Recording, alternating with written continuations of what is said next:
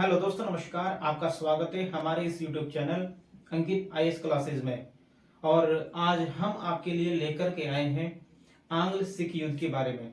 आज का जो टॉपिक होगा वो आंग्ल सिख युद्ध होगा, क्योंकि आंग्ल सिखों का जो युद्ध होता है वो क्यों होता है, कैसे होता है, इसका जो मेन कारण है वो क्या होता है और किस कारण से अंग्रेज सिखों के साथ युद्ध करते हैं। तो इस पूरी पृष्ठभूमि को आज हम सीधे तौर पर एक सीरियल के तरीके से हम उसको एक कहानी बना करके एक कहानी वाला कॉन्सेप्ट बना करके इसको पढ़ेंगे, जिससे बच्चों को इसको एक सीक्वेंस के रूप में ये माइंड में आपके स्टोर होता चला जाए।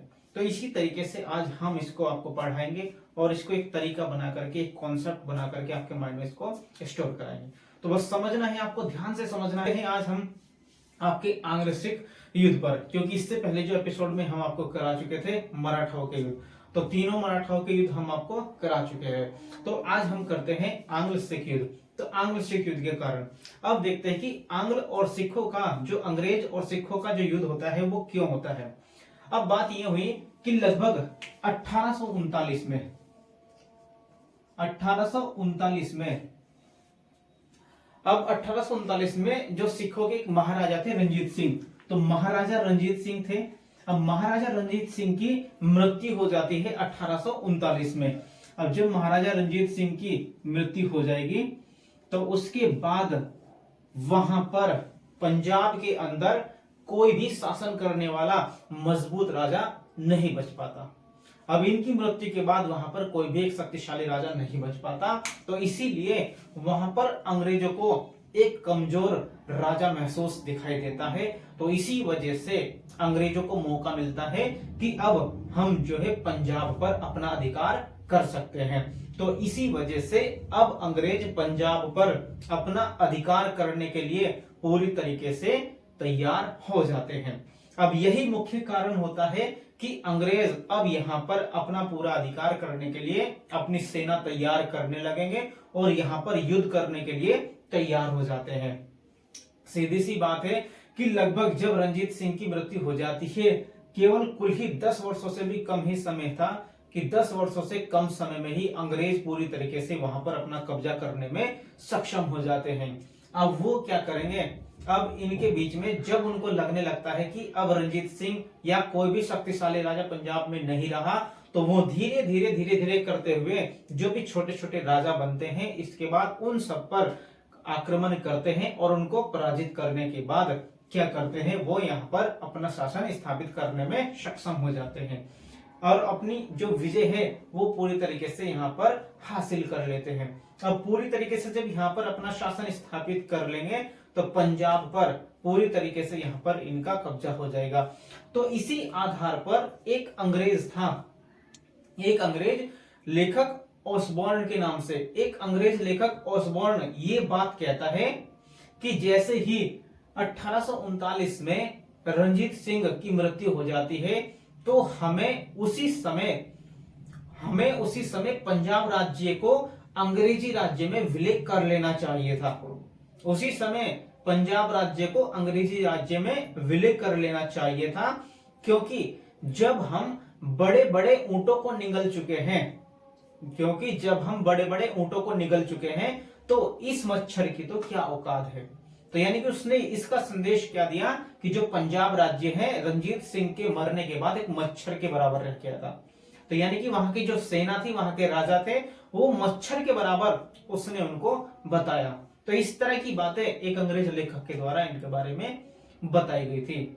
तो अब इसी कारण से जब यहाँ पर पंजाब पर अंग्रेज और सिखों के द्वारा जो संघर्ष होता है, क्योंकि अंग्रेज यहाँ पर युद्ध करेंगे, वे कब्जा करने की कोशिश करते हैं और सिख उनका विरोध करेंगे, लेकिन सिखों में कोई शक्तिशाली राजा नहीं रहते हैं। अब इसी वजह से अंग्रेज तेजी के साथ पंजाब पर अपना कब्जा करना शुरू कर देते हैं। धीरे धीरे छोटे छोटे क्षेत्रों पर ले जाकर के वो आक्रमण करते हैं और वहीं पर अपना कब्जा करते चले जाते हैं। और अब इसीलिए आपका शुरू होता है आंग्ल सिख युद्ध।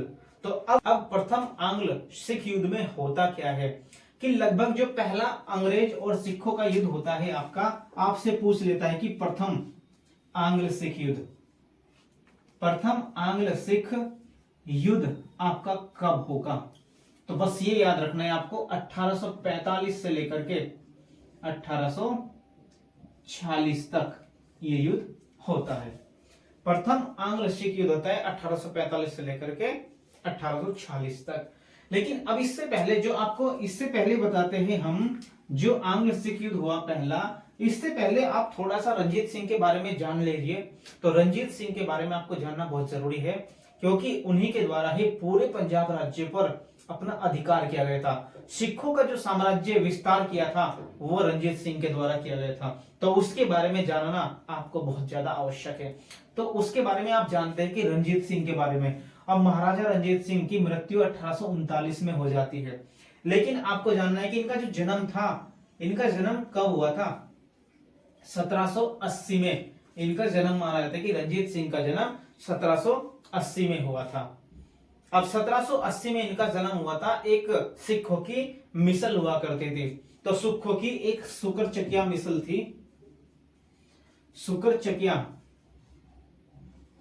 मिसल।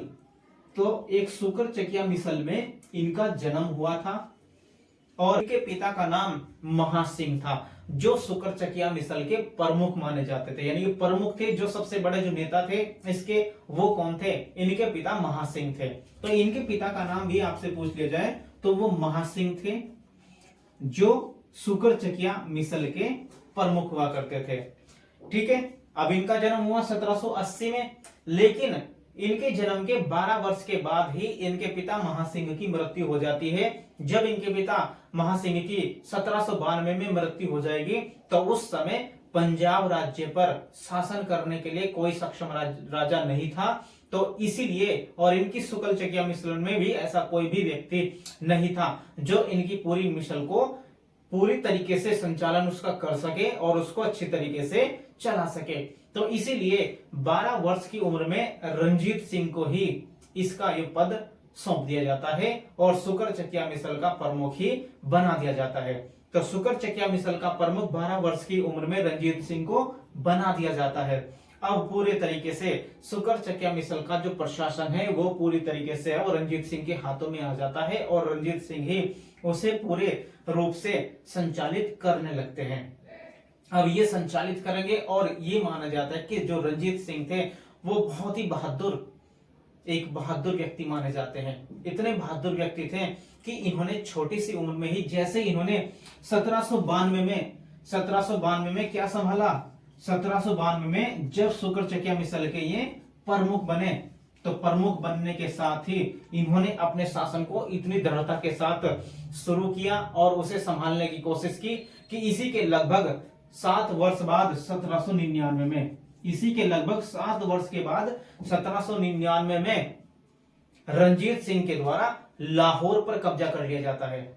1799 में ही रंजीत सिंह के द्वारा लाहौर पर कब्जा कर लिया जाता है। तो यानी कि पूरी तरीके से लाहौर पर अपना कब्जा कर लेंगे और उसी के साथ लाहौर को ही अपनी राजधानी बना लेते हैं। और क्या कर लेंगे? रंजीत सिंह लाहौर को अपनी राजधानी बना लेते हैं। ठीक है, तो ये भी पूछा गया है कि रंजीत सिंह के द्वारा जो अपनी राजनीतिक राजधानी बनाया गया था वो लाहौर को बनाया गया था और इनके द्वारा आध्यात्मिक राजधानी बनाया गया, आध्यात्मिक राजधानी अमृतसर को बनाया गया था, क्योंकि इन्होंने इसी के कुछ वर्ष बाद 1802 में, इसी के कुछ वर्ष के बाद 1802 में अमृतसर को भी जीत लेते हैं। जो अमृतसर था, इससे पहले एक इनकी भंगी मिसल हुआ करती थी, भंगी मिसल, तो उनका शासन हुआ करता था वहां पर भंगी मिसल का, क्योंकि वहां पर भंगी मिसल शासन करती थी। इन्हीं के ही ग्रुप का क्या थी, वो एक मिसल थी। तो उसी पर जब ये इन्हीं का ही एक जो ग्रुप था पूरा उसी का ही माना जाता है, तो इनको वहां से जो रंजीत सिंह है वो पूरी तरीके से इन पर आक्रमण करते हैं, इनको वहां से हटा देते हैं और वहां से इनको हटा करके उस पर पूरी तरीके से रंजीत सिंह अमृतसर पर अपना कब्जा कर लेते हैं। तो 1802 में क्या हो जाता है, अमृतसर पर भी कब्जा कर लेते हैं और अमृतसर को ही कौन सी राजधानी बनाई जाती है, जो आध्यात्मिक राजधानी है। तो ये आध्यात्मिक राजधानी अमृतसर को बना लेते हैं। तो आध्यात्मिक राजधानी बना ली जाएगी भाई, तो आध्यात्मिक राजधानी के द्वारा अमृतसर को बनाया जाता है और आपकी जो राजनीतिक राजधानी है तो राजनीतिक राजधानी ये बनाते हैं आपकी लाहौर को। तो बस ये याद रखना है आपको कि राजधानी, जो इनकी राजनीतिक राजधानी थी, पॉलिटिकल कैपिटल, वो थी इनकी लाहौर, और जो आध्यात्मिक राजधानी थी वो अमृतसर थी। लाहौर को इन्होंने 1799 में जीत लिया था, पूरी तरीके से उस पर कब्जा कर लिया था, उस पर पूरा अपना अधिकार कर लिया। और 1802 में, उसी के 3 वर्ष के बाद 1802 में अमृतसर से भंगी मिसल को पूरी तरह से सफाया करके वहां पर अपना कब्जा कर लेते हैं और उसे ही अपनी आध्यात्मिक राजधानी बना लिया जाता है। तो इस तरीके से ये पूरी तरीके से अपने यहाँ पर अपना शासन स्थापित और अपना जो विस्तार है वो करते चले जाते हैं। और इन्हीं के जैसे यहाँ पर ये अपना विजय का अभियान कर लेते हैं, तो इसी के कुछ वर्षों के बाद ये कहां के क्षेत्र जीत लेते हैं, इनका काम है, यानी कि जो आपका मुल्तान वाला क्षेत्र है, मुल्तान, कश्मीर, पेशावर, मुल्तान, कश्मीर, पेशावर, इन सारे क्षेत्रों पर रंजीत सिंह अपना अधिकार कर लेते हैं। पूरे सूझबूझ के साथ, पूरी शक्ति के साथ इन सब पर आक्रमण करेंगे और वहां पर अपना कब्जा स्थापित कर लेते हैं। इतनी दृढ़ता के साथ करते हैं कि कोई इन्हें रोक नहीं पाता। हर तरह की नीति का प्रयोग करेंगे, हर तरह की शक्ति का प्रयोग करेंगे, हर तरह के हथियार का प्रयोग करेंगे, सारी जितनी भी कूटनीति है सबका प्रयोग करते हैं। अपनी सारी की सारी जो सेना है, सारी की सारी जो फौज है, उसको ये इस तरीके से तैयार करते हैं कि जैसे यूरोपीय अपने सेना को तैयार किया करते थे। यानी कि रंजीत सिंह ने अपनी सेना को ऐसे यूरोपीय ढंग से तैयार किया था कि जो भी उसे कोई भी उसे हराने के लिए सक्षम नहीं था, ना ही कोई उसे हरा सकता था। इतनी शक्तिशाली सेना इसने तैयार करी थी। तो ये माना जाता है कि रंजीत सिंह के द्वारा जो सेना तैयार की गई थी वो एशिया की दूसरी सबसे अच्छी सेना मानी जाती थी। एशिया की दूसरी सबसे अच्छी सेना मानी जाती थी, क्योंकि उस समय पहली जो एशिया की सबसे अच्छी जो सेना मानी जाती थी वो ब्रिटिशों की मानी जाती थी। तो ब्रिटिश ईस्ट इंडिया कंपनी की जो सेना थी वो पहले नंबर पर मानी जाती थी सबसे अच्छी, और दूसरे नंबर पर रंजीत सिंह के द्वारा तैयार करी गई अपनी सेना थी। क्योंकि रंजीत सिंह ने जो अपनी सेना तैयार करी, तो वो सेना तैयार करने के साथ उसने अलग अलग तरह के सेनापति नियुक्त किए थे। ये कहा जाता है कि जब उसने अपने घुड़सवार सैनिकों को प्रशिक्षण देने के लिए जो फ्रांसीसी सेनापति था अलार्ड, फ्रांसीसी सेनापति अलार्ड को बुलाया था। फ्रांसीसी सेनापति अलार्ड को घुड़सवार सैनिकों को प्रशिक्षण देने के लिए बुलाया गया था। तो घुड़सवार सैनिकों को प्रशिक्षण अलार्ड के द्वारा दिया गया था। उसको नियुक्त करा गया कि भाई तुम्हें ही क्या करना है, अब हमारे जितने भी घुड़सवार है सैनिक उन सबको प्रशिक्षण देना है, इसको नियुक्त करा गया।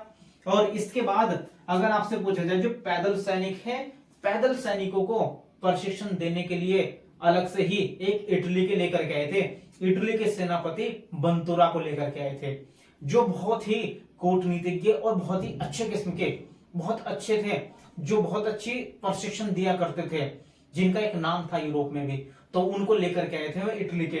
तो इटली के बंतुरा को नियुक्त किया गया कि उनके जो पैदल सैनिक है उनको प्रशिक्षण देने के लिए। तो अलार्ड को तो घुड़सवार सैनिकों को तो अलार्ड को नियुक्त किया गया, और पैदल सैनिकों को प्रशिक्षण देने के लिए इटली के थे बंतुरा, तो इटली के बंतुरा को नियुक्त किया गया था। तो ये कई बार एग्जाम में पूछा गया है आपसे कि रंजीत सिंह ने जो अपनी सेना इतनी मजबूत बनाई तो वो किस तरीके से बनाई थी। तो उसने अपने जो घुड़सवारों को इतना मजबूत, इतना शक्तिशाली बनाया, इतना कूटनीतिज्ञ बनाया, तो वो किसके द्वारा किया था? क्योंकि वो एक ऐसे सेनापति को लेकर के आया था उनको प्रशिक्षण देने के लिए जो विश्व में एक ख्याति प्राप्त था। तो इसने विश्व में पूरी ख्याति प्राप्त की हुई थी अलार्ड के द्वारा। यानी कि अलार्ड ने घुड़सवारों को दी, और ऐसा ही बंतुरा भी ऐसा ही था, पूरे यूरोप में इसका भी नाम था। तो इसने भी क्या किया, इनके पैदल सैनिकों को प्रशिक्षण दिया। तो इतनी कूटनीतिक एक सेना का निर्माण किया था।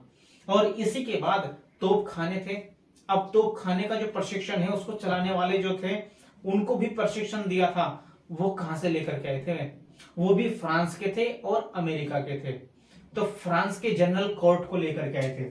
अगर आपसे पूछा जाए कि जो तोप है, तोप के लिए अब तोप खाने के प्रशिक्षण के लिए, तोप खाने का जो प्रशिक्षण दिया गया था, तो ये पूछा जाता है कि किसको लेकर के आए थे। एक तो फ्रांसीसी थे, फ्रांसीसी जनरल, तो फ्रांसीसी जनरल थे आपके कोर्ट, फ्रांसीसी जनरल कोर्ट थे, इनको लेकर के आए। और दूसरे इनके साथ एक और थे आपके जो अमेरिकी कर्नल थे, अमेरिकी कर्नल, अमेरिकी कर्नल गार्डिनर,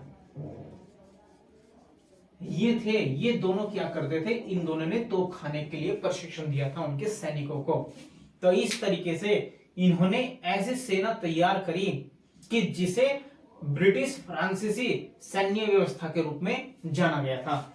तो इसीलिए जो रणजीत सिंह की सैन्य व्यवस्था थी, तो इसकी सैन्य व्यवस्था को ब्रिटिश फ्रांसीसी सैन्य व्यवस्था के रूप में जाना गया था, क्योंकि ब्रिटिशों और फ्रांसीसियों ने ही उसी के तरीके से इनकी सेना को पूरी तरीके से तैयार किया था। तो यूरोपीय पद्धति के आधार पर ही इनकी सेना को ट्रेनिंग दी गई थी, प्रशिक्षण दिया गया था।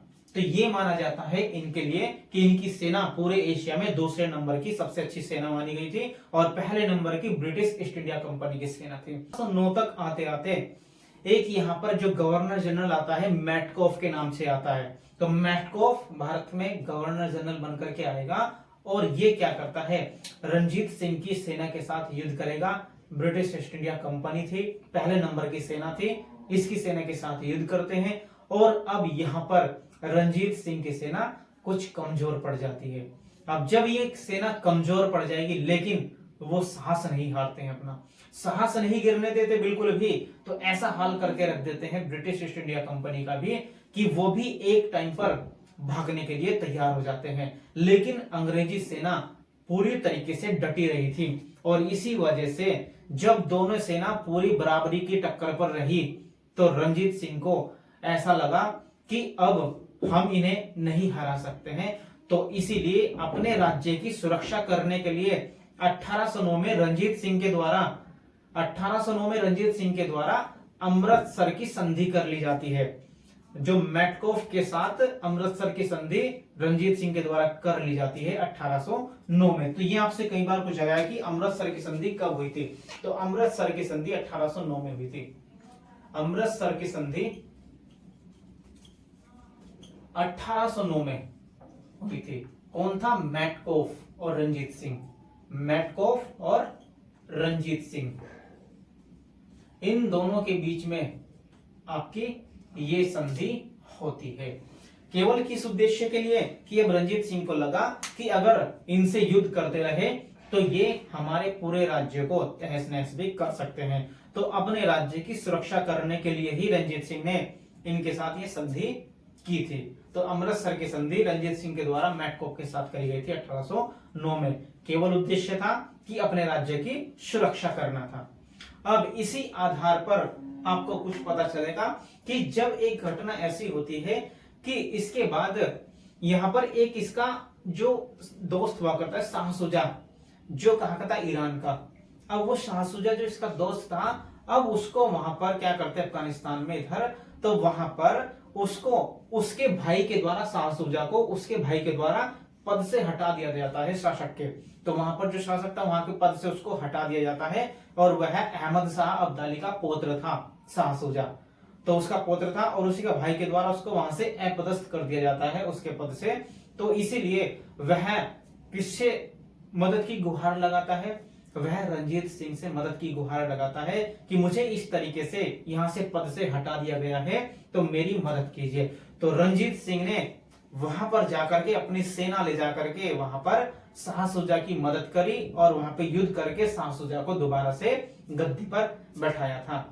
तो और इसी खुशी में शाहसुजा के द्वारा जो रंजीत सिंह को है कोहिनूर हीरा दे दिया गया था। तो कोहिनूर हीरा रंजीत सिंह को किसने दिया था, शाहसुजा के द्वारा दिया गया था। क्यों दिया गया था, क्योंकि शाहसुजा को उसने दोबारा से फारस की यानी कि ईरान की गद्दी पर बैठाया था।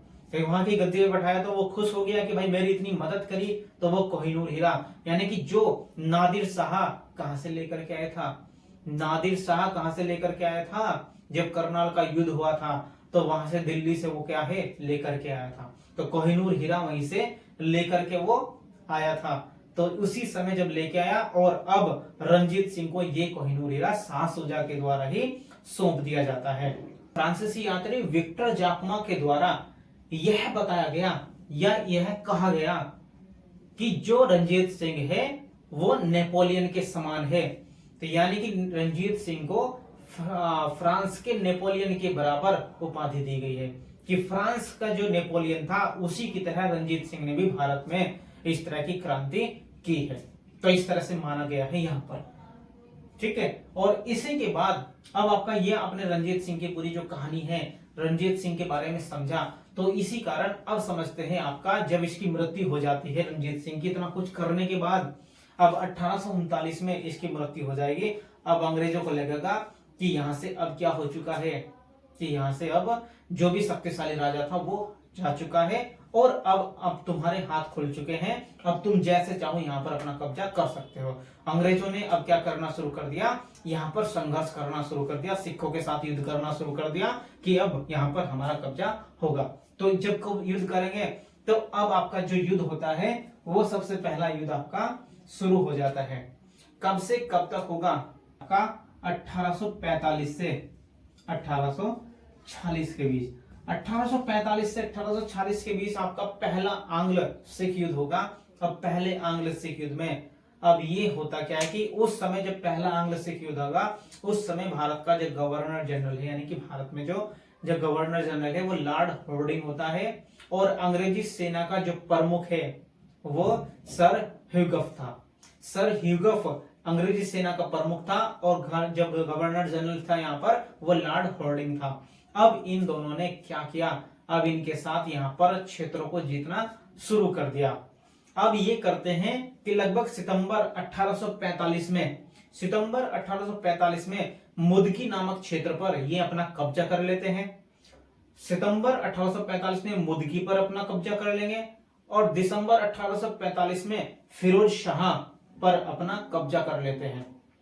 फिरोज शाह पर अपना कब्जा कर लेंगे दिसंबर 1845 में। अब उसी के बाद जनवरी 1846 आ जाता है।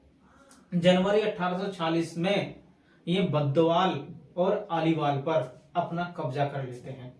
बद्दोवाल और अलीवाल पर जनवरी 1846 में अपना कब्जा कर लेंगे अंग्रेज पूरी तरीके से। अब क्या होगा, आखिरी युद्ध होगा फरवरी 1846 में सबराव की लड़ाई होती है।